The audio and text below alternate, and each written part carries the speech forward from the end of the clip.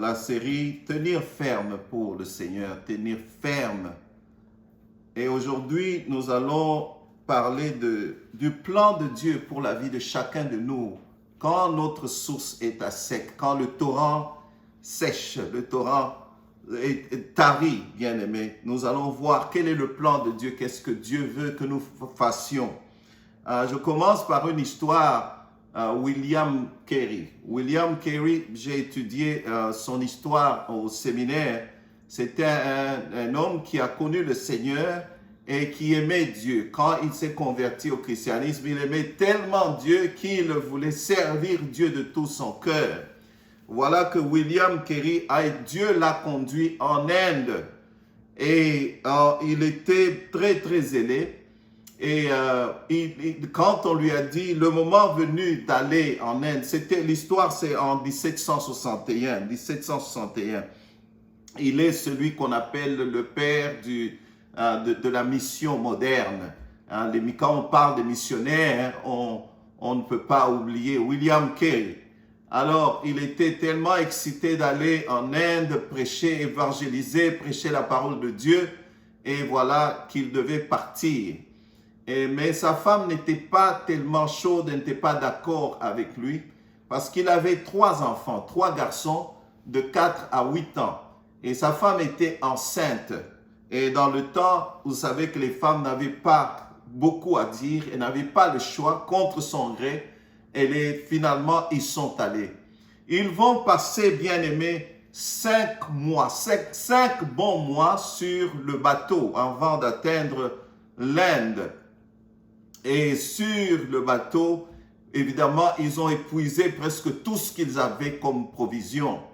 Et une fois arrivés, 2 mois seulement après, ils étaient à court d'argent et de tout ce qu'ils avaient pour mieux vivre. Et voilà que lui-même, William Carey, va attraper une grave malaria. Il allait même mourir. Et son jeune garçon, le dernier, a attrapé la dysenterie. Et cet enfant va mourir là-bas, 7 mois seulement de voyage. Son dernier fils est mort. Et évidemment, sa femme a piqué une dépression. Elle a attrapé une maladie mentale. Elle ne s'est jamais remise. Donc, depuis la mort de son fils, de la dépression, elle ne s'est jamais remise. Elle est devenue mentalement, elle était détraquée. Et voilà que William Carey va déclarer, pour moi, ça c'est l'ombre de la vallée de la mort. Et voilà comment cet homme va rester là-bas. Alors, j'ai commencé par cette histoire pour que chacun de nous, pour que nous puissions nous identifier à cette histoire. Je sais que beaucoup sont passés par des difficultés. Qu'est-ce que j'essaie de dire? C'est-à-dire, tu sers Dieu, tu sens que tu es dans la volonté de Dieu, mais tu rencontres tellement d'opposition, tu te dis, est-ce que c'est la volonté de Dieu? Je sers Dieu de tout mon cœur. Pourquoi tant d'opposition? Pourtant, c'est la volonté de Dieu de le servir. Nous pouvons nous identifier. Pour ceux qui n'ont pas encore connu ça, je sais que dans le Seigneur, vous connaîtrez cela. Un jour, vous allez vous poser la question, comme Jean, qui demandait en prison, allez lui poser la question, est-il celui qui doit venir ou devons-nous en attendre un autre? Nous tous allons connaître cela. Pour certains, vous avez déjà connu. Moi, par exemple, j'ai connu des moments difficiles en allant au séminaire. Quand je suis arrivé aux États-Unis, nous nous sommes mariés. Très vite, Dieu nous a envoyés au séminaire, loin de la ville de New York. Bien-aimé, arrivé là-bas, moi j'étais content, après avoir appris un peu à Kinshasa, au Sacré-Cœur. J'étais content qu'au séminaire, je vais arriver, tout sera bien, je vais connaître plus le Seigneur, mais ce n'était pas des temps faciles. Pendant 4 ans, bien-aimé, nous n'avions pas de boulot avant que mon épouse trouve le travail. Nous mangions, bien-aimés, au moyen de petits programmes de l'État qu'on appelle le WIC. On espérait le lait chaque semaine, bien-aimés. des moments difficiles. Nous pouvons tous nous identifier. Je vous épargne les détails, ce n'était pas des moments faciles. On attendait les miracles de Dieu chaque semaine ou chaque mois, ou voir les gens glisser peut-être un peu d'argent sous la porte. Et il y avait de quoi se demander, Seigneur, je fais ta volonté. Je suis ici au séminaire pour te connaître, pour apprendre. Mais pourquoi tant d'opposition? Pourquoi tant de combats? Il y avait beaucoup de combats avec les enfants, avec l'enfant. Il y avait un enfant qui était déjà né. Bien aimé, ce n'était pas facile.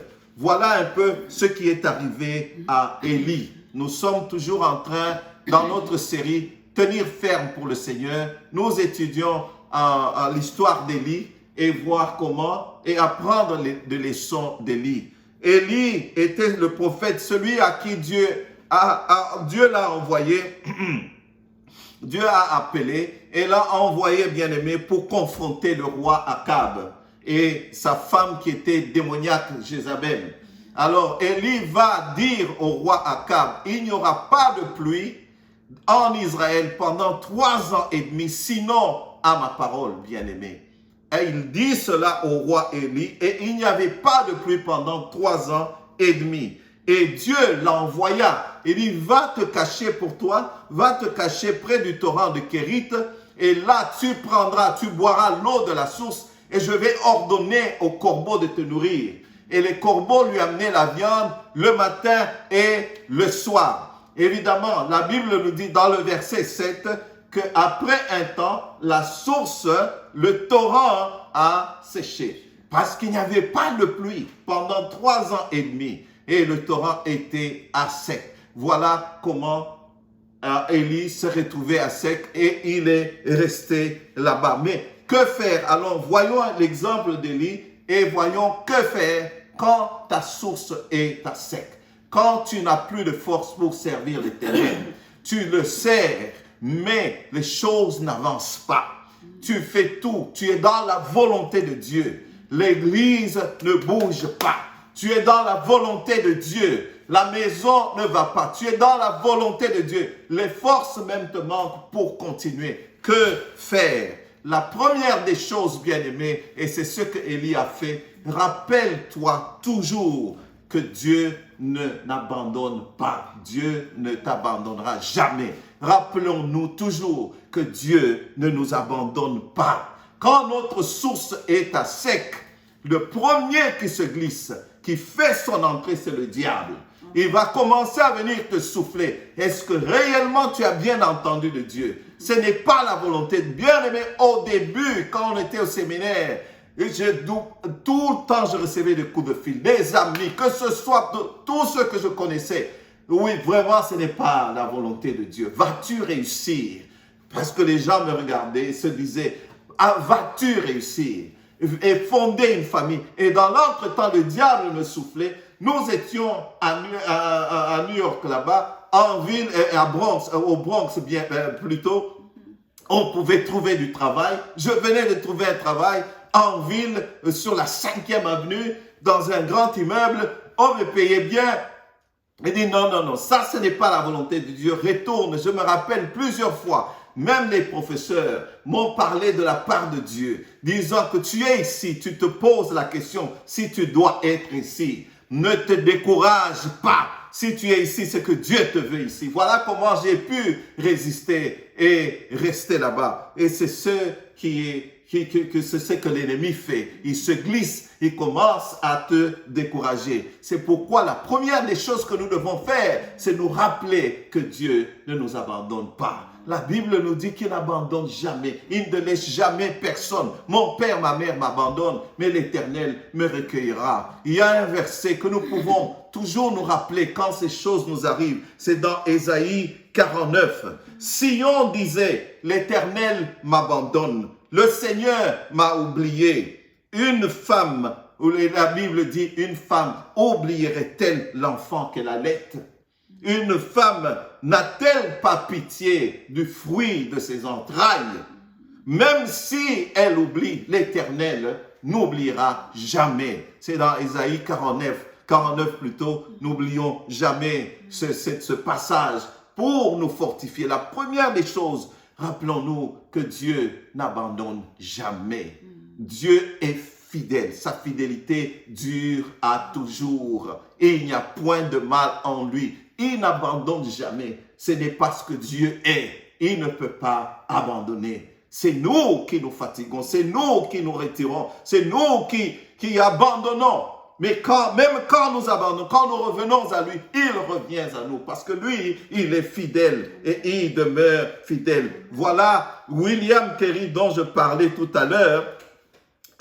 Et il a déclaré que pour moi, c'est ça l'ombre, la vallée de l'ombre de la mort. Mais en entièreté, ce qu'il a dit, je suis en train de traverser la vallée de l'ombre de la mort. Mais je suis content parce que je me tiens ici et l'Éternel est ici. Voilà ce qu'il a déclaré. C'est un quote qui est très populaire de William Carey. Alors, ce serait facile pour lui de dire, cet endroit est horrible, je retourne en Angleterre parce qu'il était de l'Angleterre. Je retourne, j'avais un travail, je peux aller travailler. Cet endroit, j'ai des mauvais souvenirs. Mais ce n'est pas ce qu'il a fait, bien-aimé. Il est resté là-bas pendant 41 ans. Et il a traduit la Bible dans 6 différents dialectes pour annoncer la bonne nouvelle. Bien-aimé, il n'y a que Dieu qui peut faire cela. Voilà la première des choses que nous devons faire, c'est de ne pas, sachez que Dieu n'abandonne pas. Rappelons-nous toujours cela. Dieu n'abandonne pas. C'est ce que Élie a fait. Pour ma part, je vous ai donné un petit témoignage. Déjà à l'église, il y avait un homme de Dieu, pasteur Daniel, qui a dit, va, prépare-toi, va prendre quelques leçons. Alors que nous travaillions déjà. Mais j'ai écouté la voix de Dieu au travers de lui. Mon épouse et moi, nous sommes allés. Elle n'avait pas encore commencé à travailler. Évidemment, à la fin, presque à la fin de mon temps au séminaire, elle a commencé à travailler. Mais c'était après tant de souffrances, bien-aimés. Après tant de difficultés. Elle aussi, elle a commencé à aller à l'école, enceinte. Bien-aimés, ce n'était pas facile. Mais on a vu la main de Dieu. Parce qu'on n'a pas oublié. Parce qu'on s'est rappelé que Dieu n'abandonne pas. Même si les temps sont difficiles, avec Dieu, les temps sont favorables. Nous avions vu des gens à Noël, la veille de Noël, rien pour fêter avec les enfants. Mais vous rentrez de l'église après avoir roulé 1 heure pour aller servir Dieu. On trouve une enveloppe avec $250 dans une enveloppe. Qui a déposé cela jusqu'aujourd'hui? Nous ne le savons pas, mais je sais que nos noms étaient écrits dessus.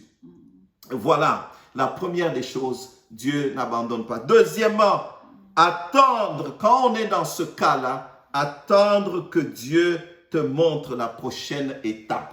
Attendre que Dieu te montre la prochaine étape. Oui, parce que souvent ce que nous faisons, quand on se retrouve à sec, nous prenons les choses en main. Et quand nous prenons les choses en main, je sais comment, vous voulez montrer à Dieu, je sais comment résoudre ce genre de problème. Ta direction, Dieu, ne marche pas. Moi, je vais prendre cette direction pour te montrer comment on résout ce genre de problème. C'est toi qui m'as amené ici, mais ça ne marche pas. Je devais plutôt faire ceci, mais je suis en train de te servir. Voilà ce que nous faisons souvent. Qui a pris les choses en main? Nous pouvons apprendre de lui. Abraham. Abraham a pris les choses en main. Abraham, il y a eu famine. Donc, tout était à sec. Il eut famine, bien-aimé. Abraham va aller en Égypte. Et il arrive en Égypte, bien-aimé. Égypte, c'est symbole du péché. Quand il est arrivé en Égypte, il a péché.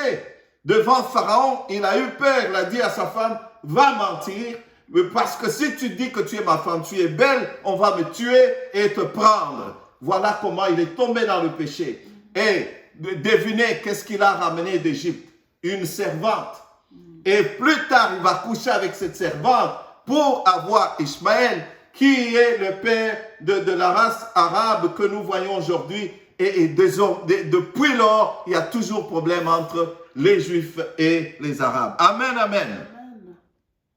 Donc, voilà, ne pas prendre les choses en main. La Bible nous dit, confie-toi, ça c'est dans Proverbe 3, Confie-toi de tout ton cœur à l'Éternel. Mets en lui toute ta confiance. Ne t'appuie pas sur ta propre sagesse. Reconnais-le dans toutes tes voies. Il aplanira tes sentiers. Alors, bien-aimés, faites comme Élie. Il a attendu jusqu'à ce que l'Éternel lui a parlé. Quand vous lisez dans la parole de Dieu, au verset 8, il dit, « Alors, la parole de l'Éternel lui fut adressée en ces mots. Lève-toi, va à Sarepta. » Amen. Amen. Nous n'aimons pas attendre de Dieu. C'est ça notre problème. Nous n'aimons rien attendre. Surtout ici aux États-Unis, tout est instantané. Nous avons le microwave. La purée de pommes de terre. On la prépare pendant longtemps. Non, moi je l'aime instantané. Non, je n'aime pas la purée. Il y a le riz instantané. Il y a tout. Le McDonald's instantané. Et voilà comment nous aimons un Dieu instantané. Nous aimons la réponse à nos prières instantanée. Bien-aimé, il y a des gens qui disent souvent que Dieu n'est pas un micro-ondes. Dieu est la casserole, un slow cooker. La casserole qui dure. Amen. Nous n'aimons pas attendre, bien-aimé. Mais la Bible, Dieu nous recommande d'attendre. D'attendre l'instruction. Dieu lui dit, lève-toi maintenant, va à Sarepta. Alors, troisième chose que nous devons faire, c'est bien sûr obéir. Même quand c'est difficile, même quand c'est dur, même quand on ne comprend pas, obéir, bien-aimé. Sarepta voulait dire à des kilomètres. C'était au nord, à 3-4 jours, une semaine de marche. Et Sarepta était de Sidon. Et Sidon, il y avait le père de Jézabel qui régnait là-bas. On adorait Baal. Il pouvait se dire, mais aller là-bas d'abord, c'est loin. Et puis les gens adorent par Dieu là-bas. Mais il a obéi. Bien-aimé, Sarepta est une étape nécessaire dans la vie de chaque chrétien. Dieu va t'amener au point où il va te purger, où il va te dépouiller de tout ce que toi tu connais. Il va te purifier. Dieu va chercher à te faire passer par des moments difficiles, par des moments durs, où il est en train de te presser, de te façonner pour que tu sois réellement un homme de Dieu. Amen. Et pour Élie, voilà, il devait faire ce voyage-là, bien-aimé. Ce n'était pas facile. Dieu nous dépouille souvent de la peur aussi. Il avait peur, mais il devait aller. Parfois, Dieu nous dépouille de l'orgueil. Voilà que Dieu l'envoie devant une veuve à Sarepta.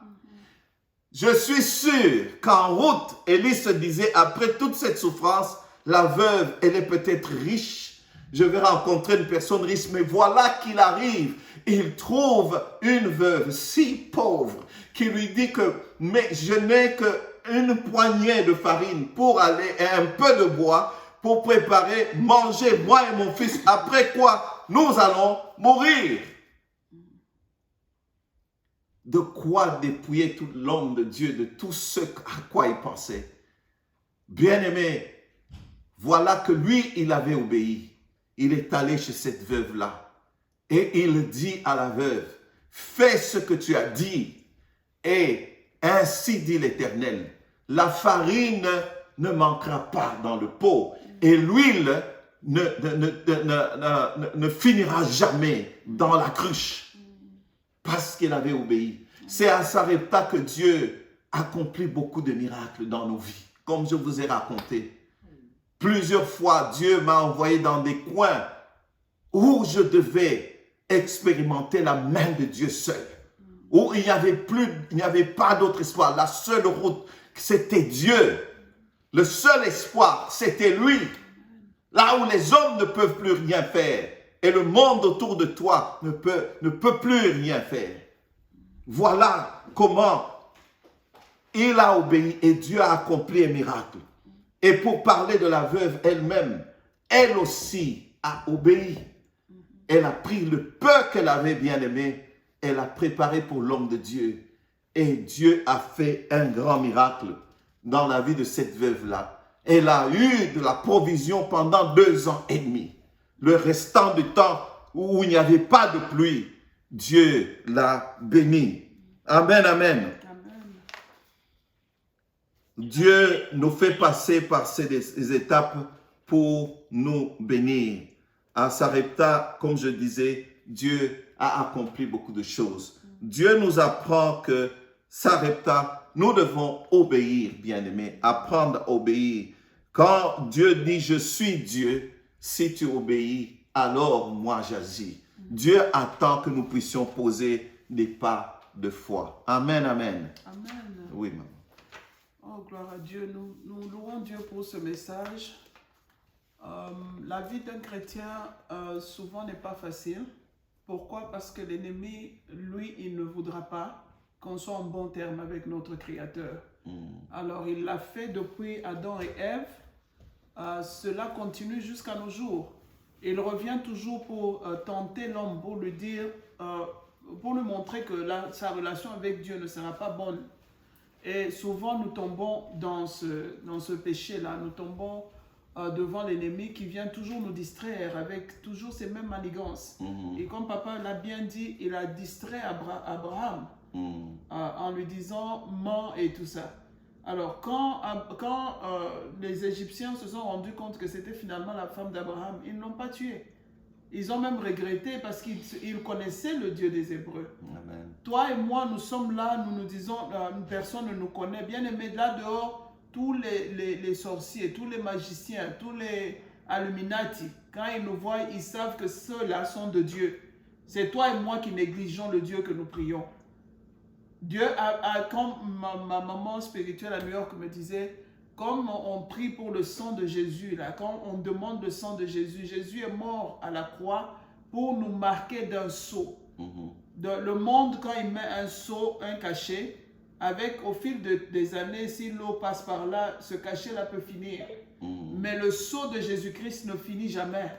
Amen. C'est un sceau qui ne ternit pas. C'est un sceau qui ne va pas, se décolorer. Il garde la même couleur, le sang de l'agneau. Partout où tu passes, l'ennemi voit ce signe-là sur toi. Le sang de Jésus a coulé pour toi. Alors nous devons garder ça. Nous avons un sceau que partout où nous passons, les gens là connaissent le Dieu que nous servons. Ces gens-là savent que le Dieu que nous servons est tout puissant. Mais c'est nous qui ne réalisons pas la puissance de Dieu. Amen. Alors dans les témoignages que papa donne, on voit que chaque fois, même pour William Carey, chaque fois, Dieu venait avec un signe pour le rassurer que je suis avec toi dans ce que tu fais. Amen. Chaque fois que tu commences à douter un peu, que tu commences à te poser des questions, la main de Dieu vient faire un petit signe pour te montrer que ne t'en fais pas, je suis là. Ça prend le temps que ça prend. Comme nous parlons souvent de délivrance, la délivrance par moment prend du temps parce qu'il y a des choses qui sont, comment on appelle ça, des forteresses que l'ennemi a liées à ton âme, à ton esprit. Quand nous enlevons ces forteresses-là soudainement, tu peux perdre ton âme ou perdre ton esprit. Alors Dieu prend le temps de casser ça petit à petit. Il taille cette pierre-là jusqu'à ce que la pierre aura une forme. Mais s'il vient la diviser directement, la pierre sera fendue, il ne saura plus quoi faire avec cette pierre-là. C'est exactement ce que la vie spirituelle nous montre. Dieu vient petit à petit. Parce qu'il sait que l'ennemi est aux aguets te concernant. Il a un blueprint de ta vie. Il est aux aguets. Il attend chaque matin pour voir qu'est-ce que Dieu va encore faire avec cette vie qui est au-devant de moi.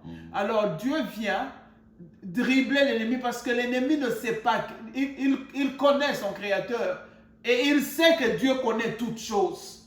Mais il se dit que toi, tu ne sais pas que Dieu connaît toutes choses. Alors il vient encore tenter. Il reviendra encore tenter. Il n'arrêtera pas.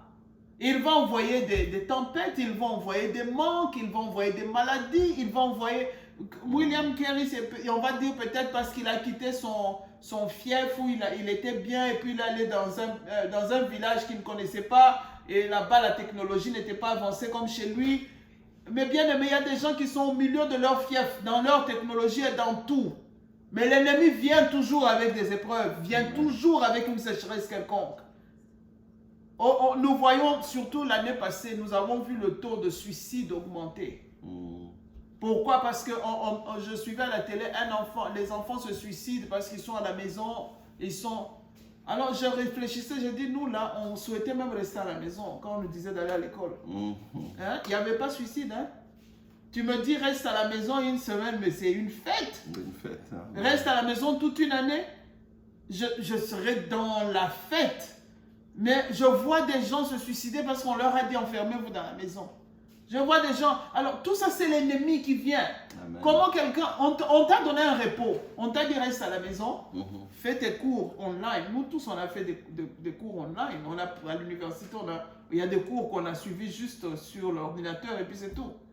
Alors, l'ennemi vient commencer à te souffler. Tu as vu comment tu souffres. Voilà comment on t'enferme. Tous les enfants ont piqué la dépression.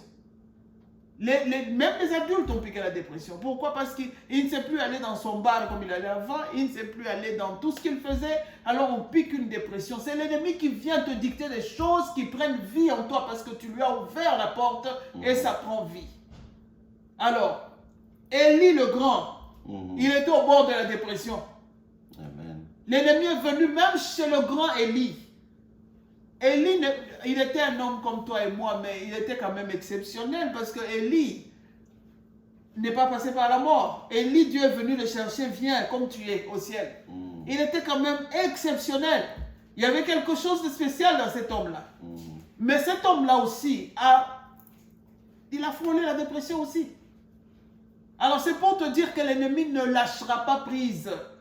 Ne disons pas, non, maintenant j'ai travaillé, j'ai assez suffisamment, épargné, maintenant je peux me reposer. C'est la Bible qui te dit, tu ne connais pas le lendemain. Alors moi et toi, nous devons être busy à sauver nos âmes de la main de l'ennemi. L'ennemi vient, il ne vient pas parce qu'il t'aime, il ne vient pas parce qu'il a quelque chose de spécial à faire avec toi. Il peut certes te donner des missions, mais ce ne sont pas des missions pour ton bien à toi, c'est pour continuer à te détruire. C'est pour continuer à achever le plan de destruction qu'il a pour toi. Alors, il n'est pas ton ami. Moi, je répète toujours, c'est ce qu'on m'a répété toute la vie. L'ennemi ne sera pas ton ami. Le diable ne sera jamais ton ami. Quand il entre chez toi, c'est pour détruire. Il ne vient pas pour faire l'amitié.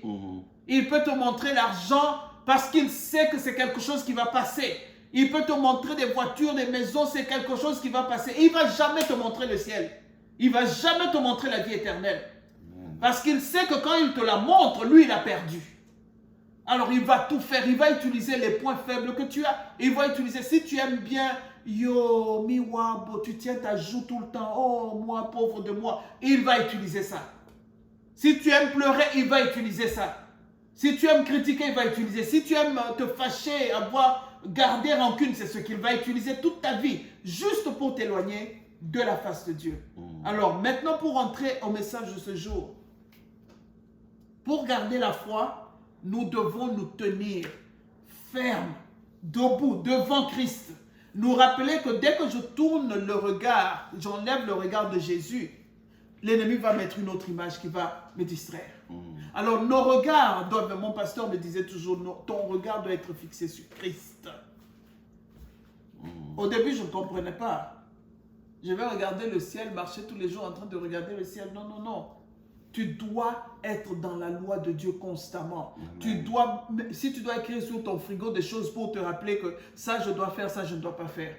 Si tu dois mettre sur ton frigo que non, il est temps pour moi de lire la parole de Dieu. Si tu dois écrire ça à la table de ton lit, écris, à 17h, je dois lire ma parole.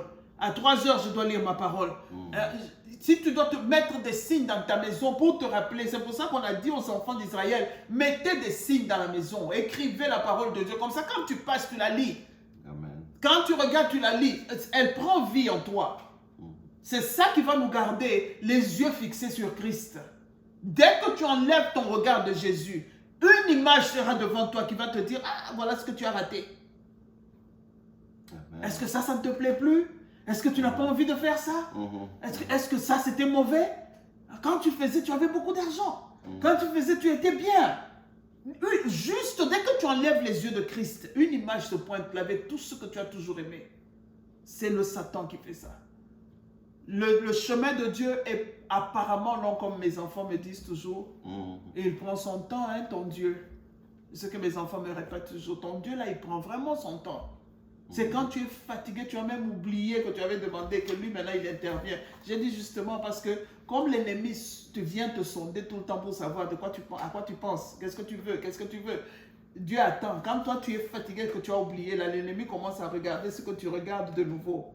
Et Dieu, maintenant, voit ce que tu avais demandé. Parce que lui, c'est une preuve qu'il n'oublie pas tes prières. Amen. Et il n'oublie pas la conversation que tu as eue avec lui. Même si elle date d'il y a 20 ans, 40 ans. Lui, il se rappelle qu'on a eu une conversation. Et on a eu une alliance qu'on a signée. Et qu'il doit accomplir. C'est toi qui es un être humain qui va oublier cette alliance-là. C'est toi qui vas oublier. Abraham a oublié que c'était Dieu qui l'a sorti de là. C'était Dieu qui lui a demandé de partir. Et là où tu iras, je pourvoirai. Abraham a oublié ça parce que le monde, Satan lui montrait autre chose. Voilà, il y a famine, il y a ceci, tu vas finir ici, va un peu là-bas. Et puis dès que tu arrives hors du lieu où Dieu t'a envoyé, il te tente. Mens parce qu'on va t'arracher la femme. Fais ceci parce que tu vas perdre cela. Et te voilà devant quelque chose, tu n'entends plus la voix de Dieu parce que tu es hors de son plan. Et voilà comment l'ennemi t'attaque. Alors bien aimés, rentrons à la chose divine. Ça veut dire la parole de Dieu. Rentrons à la lecture de la parole. Méditons-la jour et nuit. Et revenons aux choses de Dieu, bien aimés. Revenons. Pour ne pas être distrait, papa nous enseignait toujours, pasteur Pierre nous enseignait toujours, soyez busy aux choses de Dieu, soyez busy, servez Dieu. Ça va garder tes pensées, tes idées en Christ toute une journée. Si tu dois te dire, ok, comme je suis souvent distrait, laisse-moi commencer à faire 1000 jeûnes par jour. Je prends de telle heure à telle heure, je serai vraiment jeune, ça veut dire parler à Dieu ce temps-là. Et dès que ce temps-là est fini, tu peux continuer ta vie. Il y a des gens qui se sont donné cette discipline-là pour arriver à réussir. Chacun connaît le combat qu'il a avec Satan.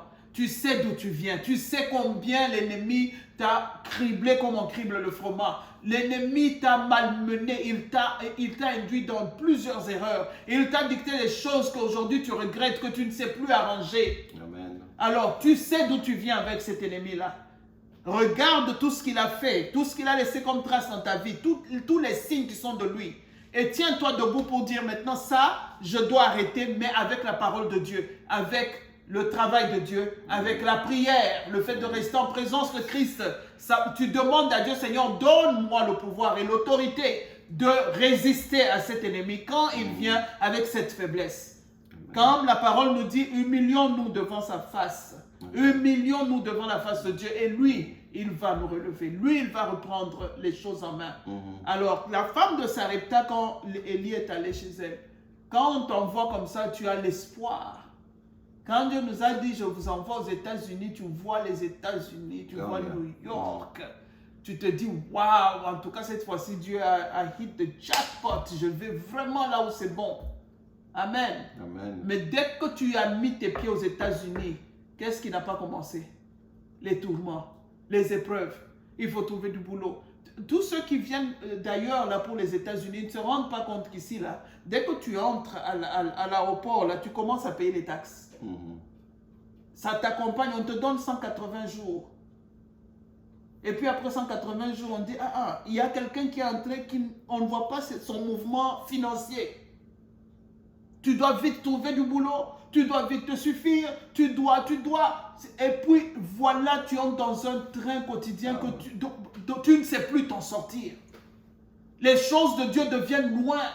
Quand un homme de Dieu parle, tu te rappelles, ça te choque au cœur, ça te fait des remords, des soucis. Et puis dès qu'il a fini, tu dis, la réalité. Satan vient te dire, mais la réalité est celle-ci. Tu dois payer ton rent, tu dois nourrir les enfants, tu dois payer les études. Comment tu vas t'habiller? Quelle voiture tu vas rouler? Dès que l'homme de Dieu a fini de parler, les remords, tu te rappelles les bons vieux temps avec Dieu. Ça te touche, ça te frappe là-dedans. Et puis après, la minute qui suit, l'ennemi vient te rappeler, mais écoute, ça c'est très bien, c'est beau. Mais il y a un rent à payer là-bas. Alors lève-toi, va à ton boulot d'esclave. Parce que ton Dieu ne pourvoira pas. C'est ça qu'il essaie de nous dire. Alors l'homme de Dieu se lève, il va chez une veuve. Je parie qu'après tout ce qu'il avait connu, il se disait, ah, je vais quand même aller, comme papa a dit, ça peut être une veuve riche, son mari là, lui a laissé de l'argent, si Dieu a décidé de m'envoyer là-bas, ça sera facile. Et il arrive là-bas, c'est pour porter un autre fardeau. Heureusement pour la veuve qu'elle a compris et qu'elle a obéi. Elle a obéi, ouais. Je parie que quand elle a dit à Élie que je n'ai qu'une tasse de farine et un peu d'huile, qu'il me reste pour faire le dernier gâteau et après ça, moi et mon fils, nous allons mourir. Je suis sûr qu'il s'est dit, mais Dieu là vraiment, il n'a pas fini avec moi. Hein? Mais il a pris sa place d'enfant de Dieu. Il a ordonné puisqu'il sait d'où il vient avec ce Dieu-là. La femme est allée, elle a fait ce qu'Élie a dit et nous connaissons les résultats. Alors bien aimé, ça c'est juste cette histoire-là de la veuve de Sarepta.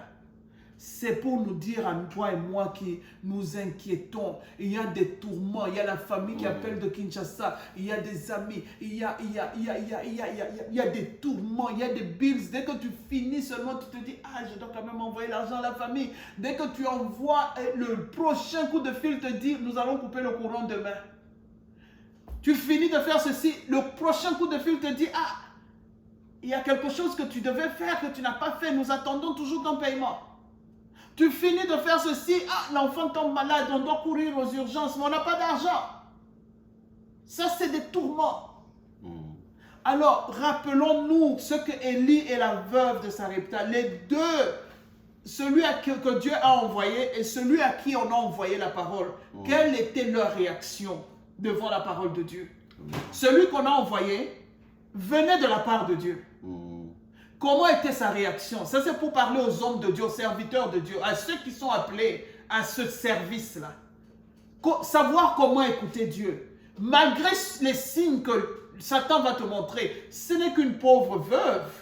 Elle n'a plus d'argent, elle n'a plus de nourriture. Pourquoi est-ce que Dieu t'envoie chez elle? Non, tu restes dans la parole de Dieu, focus comme Paul avait dit. Moi, je regarde là où je vais. Je cours pour tâcher de te saisir.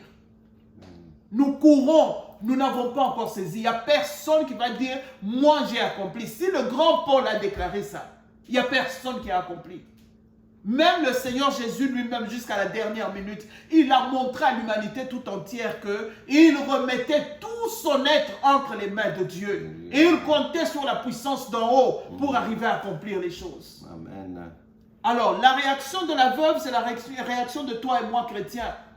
Quand on est venu te dire quelque chose, quelle est ta réaction à ce que Dieu vient de te dire? Tu regardes Élie comme un être humain ou tu écoutes ce que Dieu dit au travers d'Élie pour essayer d'obéir et d'accomplir la volonté de Dieu? Amen. Ça, c'est des signes qui vont nous aider à rester fermes. Amen. Rester ferme, c'est rester dans la loi de Dieu. C'est ne pas se détourner de la loi de Dieu, ni à gauche ni à droite. Quelles que soient les conséquences, quelles que soient les circonstances au-devant de nous, nous restons fidèles à ce Dieu-là, comme les amis de Daniel l'ont déclaré. Amen. Même si, humainement parlant, ça montre qu'il ne va pas nous sauver, nous lui resterons fidèles. Amen. Même dans la mort, nous resterons fidèles. C'est à ce point-là que nous devons rester fermes. Et ils étaient tellement fermes dans leur foi que Dieu a montré à l'être humain que même dans le feu, je peux te sortir de là. Même dans la fosse au lion, je peux te sortir de là. Même dans le cas de famine comme la veuve de Sarepta, je peux te sortir de là. Et voilà comment Dieu continue à faire des miracles. Quand la veuve a rempli ses tonneaux d'huile et sa farine, elle ne savait pas que c'était un signe pour fortifier la foi d'Élie. L'homme de Dieu a vu que mon Dieu est toujours avec moi. Et il a continué son travail avec force. Il y a des bénédictions que Dieu peut t'envoyer, mais toi tu crois que c'est pour toi. Non, c'est pour fortifier celui qui a prié pour toi. Lui, il va continuer à grandir dans la foi. Si toi tu gâches, c'est ton problème. Mais la personne qui a prié pour toi a vu que ça c'est un signe de Dieu. Donc mon Dieu est avec moi. Je vais continuer à prier pour les autres parce que mon Dieu va continuer à agir. Amen. Alors, il y a des signes que Dieu t'a donnés dans ta vie. Ne les néglige pas. Si petit que ces signes-là soient. William Carey a même perdu un enfant. Et sa femme. Il a perdu sa femme et il a tout perdu. Il a quitté sa zone de confort. Il y a des moments où Dieu va te sortir de là pour que tu affrontes ce que tu redoutais le plus. Et il va te sortir de ton confort. Il va te mettre dans une situation où toi qui étais à l'aise, qui était aisé, tu perds même, tu ne sais même pas où mettre la tête. C'est ton voisin qui commence à te loger. C'est ton voisin qui commence à te nourrir. Dieu va te sortir de ta zone de confort. Je suis habitué à me réveiller le matin, aller au boulot, j'attends mon paycheck. Dieu va te sortir de ce confort-là. Je suis habitué à aller à l'église, on va prier pour moi. Dieu nous a sortis de ce confort l'année passée. Nous nous sommes retrouvés seuls face à face de Dieu. Ceux qui n'ont pas saisi le message, Dieu va revenir. Ceux qui ont saisi le message, ils continuent la marche. Amen. Amen. Alors que Dieu nous garde, restons fermes, bien-aimés, restons fermes dans la foi. La foi nous amène là où nous devons être. Nous sommes créés par un surnaturel Dieu. Et ce qu'il a mis en nous est surnaturel. C'est notre foi qui va faire éclater le surnaturel en nous. C'est notre foi qui va nous amener au niveau où Dieu nous attend. Il ne peut pas continuer à nous parler en tant qu'être humain. Il veut que nous arrivions au niveau où lui, il peut parler comme un père parle à son fils. Comme il parlait à Jésus-Christ, comme il parlait à Paul, comme il parlait à Pierre, comme il parlait à Daniel. Il veut que nous atteignions ce niveau-là, où le monde ne nous fait plus peur, où les menaces de Satan sont comme des étincelles de feu au-devant de nous, parce que nous savons que ça passera. C'est à ce niveau-là que Dieu veut nous amener. Alors nous devons rester fermes dans la foi. Nous devons rester fermes dans la foi. Proverbe 5 nous dit: car les voies de l'homme sont devant les yeux de l'Éternel, qui observe tous ses sentiers. Que ceci nous rassure. Nos voies sont devant Dieu. Amen. Ses yeux voient tout. Il n'y a rien qui est caché devant notre Dieu. Et c'est lui qui te conduit. C'est lui qui voit tous les sentiers. Il les observe. Quand il y a quelque chose qui se prépare à arriver, c'est son doigt puissant qui enlève ça. Et toi, tu continues ta marche. C'est toi qui dois rester en sa présence. Il est un bon Dieu, il est un bon berger, comme la parole nous dit. Le bon berger, il va quitter ses 99 brebis pour aller suivre celle qui est perdue, pour la ramener au bercail, pas pour la punir ou lui faire du mal. Il est le Dieu qui a accueilli l'enfant prodigue, qui est allé détruire l'héritage que Dieu lui avait donné. Il a tout gaspillé. Mais Dieu l'accueille avec bras ouverts pour revenir encore, le rebénir une fois encore. C'est le même Dieu que nous prions aujourd'hui, bien-aimés. Gardons la foi, marchons ferme dans l'assurance en notre Dieu, sachant que la vie que nous avons nous vient de lui. Le souffle que nous avons nous vient de lui. Lui qui a conduit Élie, qui a montré au Dieu de Baal et d'Astarté que je suis Dieu et c'est moi qui conduis Élie. Devant tous les autres prophètes, ils étaient tous confus par un seul homme. Si Dieu l'a fait avec Élie, il peut le faire avec toi et moi. C'est notre foi, c'est notre façon de marcher, de montrer à Dieu que nous lui faisons confiance, qui va déterminer quel sera notre lendemain. Que Dieu bénisse sa parole, que Dieu nous bénisse tous. Amen, amen. Amen. Alors, bien-aimés, tenons ferme, je répète ça 1000 fois, tenons ferme dans la foi, bien-aimés. Ne prenons pas les choses en main. Quand j'ai rencontré des moments difficiles, j'ai même appelé mon pasteur, puisque maman a dit, tenons ferme, lisons la parole de Dieu, parlons aussi aux hommes de Dieu. Et mon pasteur m'a dit, bon, vois l'exemple de Job. J'ai dit, non, pas l'exemple de Job, pasteur, pas l'exemple de Job. Mais il m'a néanmoins dit, premièrement, que tes yeux soient fixés sur Dieu parce qu'il n'abandonne jamais. Deuxièmement, essaye de prier, de jeûner. J'imagine que Élie, quand il attendait, il priait, il jeûnait, demandait la volonté de Dieu, comme Josaphat, quand 3 armées devaient venir vers lui, il est allé consulter son Dieu. Alors n'attends pas seulement en dormant, tu peux prier, jeûner, consulte Dieu et attends sa direction. Ne prenons pas toujours les choses en main.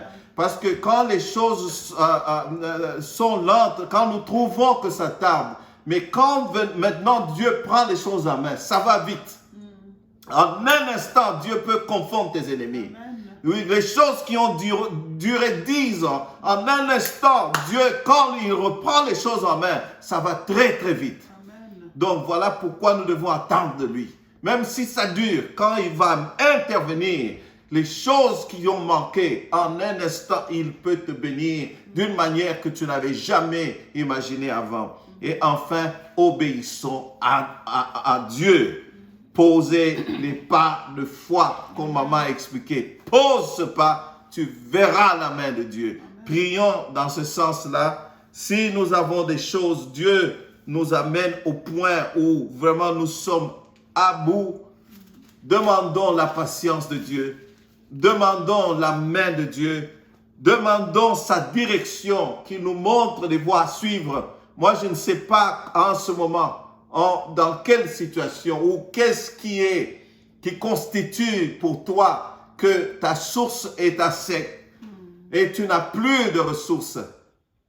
Je ne connais pas. Toi seul, tu le sais. Mais prions pour que Dieu te rappelle toujours, comme maman a dit, peut-être par un signe, mais qui ne t'a pas abandonné. Amen. Et confie-toi de tout ton cœur à l'Éternel. Demande qu'il te donne cette sagesse-là. Et enfin, qu'il te donne la force d'obéir. Parce que cela ne vient que de lui. Prions tous ensemble dans ce sens-là. Élevons nos voix, prions le Seigneur.